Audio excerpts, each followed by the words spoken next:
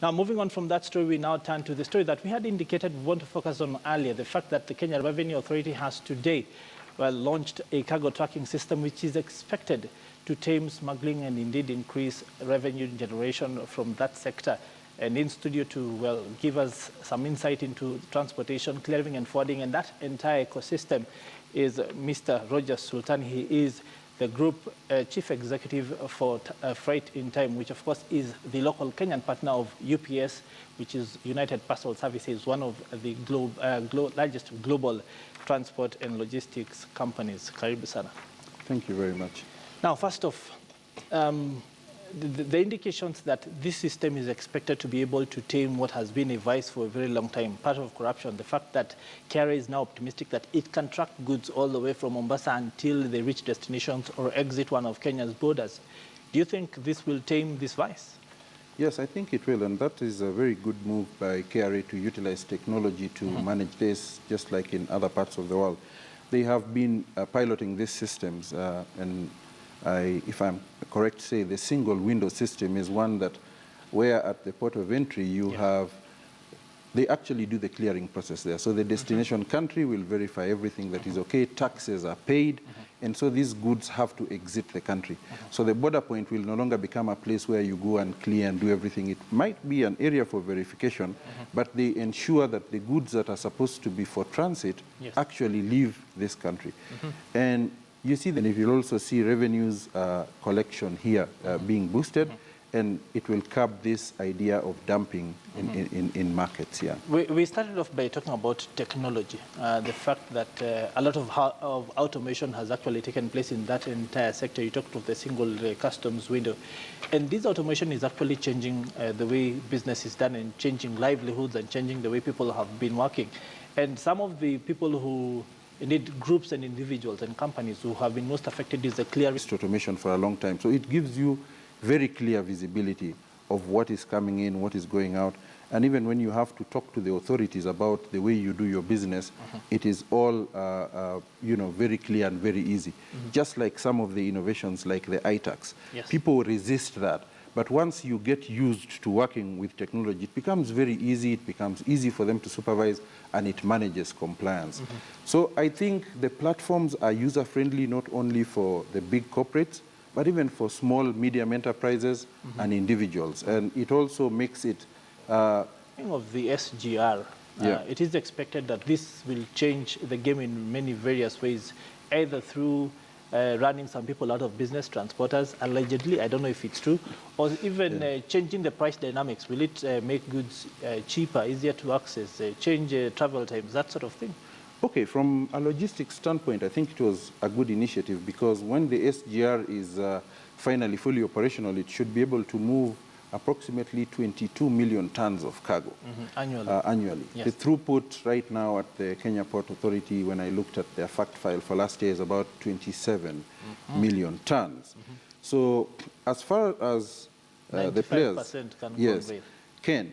But again, I think it will help us in terms of our infrastructure because the roads, the wear and tear because of all these trucks, the roadblocks, slow movement on the road, we are very congested. So that will take off some pressure, but not all of it.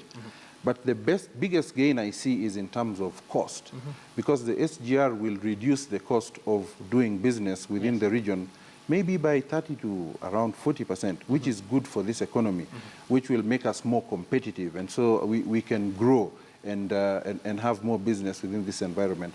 So I think it's an exciting thing in terms of doing business here. It will be more cost effective, and so we can move more goods in and out, and we become more competitive. The road freight, creating more employment, which is critical, and also in terms of the environment, the carbon levels, that would really work on it, and I think it's very important to protect the environment. So for companies like yourselves, the SGR is going to be a boon in terms of operating costs? Yes, I think it will be, because if you look at some of the biggest programs that Freight in Time has done in conjunction with UPS, we are very big in the humanitarian area. So for example, supplying of HIV medicine under the PEPFAR program, Yes. which was USAID sponsored. Yes, the president. We bring in a lot of containers that are going across borders, and you can imagine now with the SGR, it becomes more cost effective to do business, and so you can save more money that can be used to get more medicine for patients. So I think it is a very good initiative in terms of making us more competitive. Yeah. Maybe you can tell us a bit about the company itself, the Freight in Time and UPS, just to enable the viewers understand the dynamics of operating in this market, especially from the fact that UPS is a global company present in this region in over 70 countries in Asia and Africa. In Kenya alone, you employ about 150, 144 people, globally employing thousands. What, in comparison, in terms of operating globally and operating in Kenya, the dynamics of that operation? Okay, I can explain it this way. Yes. So UPS is more than 108 years old. It operates in more than 220 countries, and it is a $61 billion US company. And that is really huge. When you come to Freight in Time, Yes. in the region, we operate in 8 countries. So that is East Africa, Kenya, Uganda, Tanzania, Burundi, Rwanda. Yes. We are also in Djibouti, Ethiopia, and South Sudan. So UPS found us an attractive partner for them to be able to penetrate this area because we have the local expertise. Yes. And they have the international experience. So they don't really have to come here as UPS, but they can get a credible partner to do that for them. So I have mentioned to you some of the projects we partner on. Yes. Now, for us, we are a local company with international experience. Yes. Because when it comes to what we do, it's not only the courier. We also do road freight, we do air freight, we do sea freight. Yes. So we are a supply chain, total supply chain logistics company. We are not a clearing company, Yes. but that is a value-added aspect that we can do for you. So we work with UPS. Yes. Whatever they want to bring into this region, we do the last mile, we clear, distribute, and whatever we are sending out of this region, Yes. we actually send it and use their network to do that. Yes. Yeah. My final question to you then would be, with one of the stories we carried was about the gold find in Kakamega. We have oil in Turkana. We have gold finds in places like Nandi, in parts of Narok. We are seeing gas in certain parts of the South Coast region. Developments like that, the mining that is going on in places like Kwale, what does this mean for companies like yourselves in terms of growing your business from, well, the local SME that has been the bread and butter? These are now global corporates that are in our value chain. It's very exciting. It's going to open up the economy. Of course, when you do mining, you need to bring in equipment. You need Yes. to move equipment from one place to another. That is an area that you can play in. With the oil, you need to send the samples for testing. You need Yes. to move the bulk. So in terms of logistics, it's going to be huge. It's really going to be big. And I think this is for everybody.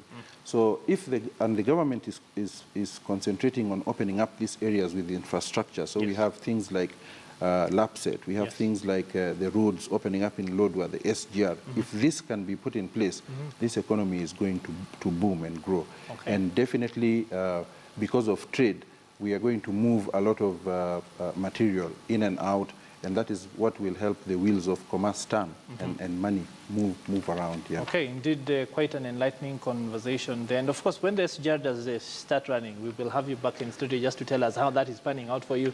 Okay. That, of course, being Mr. Roger Sultani, the UPS Kenya country manager. He is the head of a company called Freight in Time Service. He is the local partner of the global UPS firm.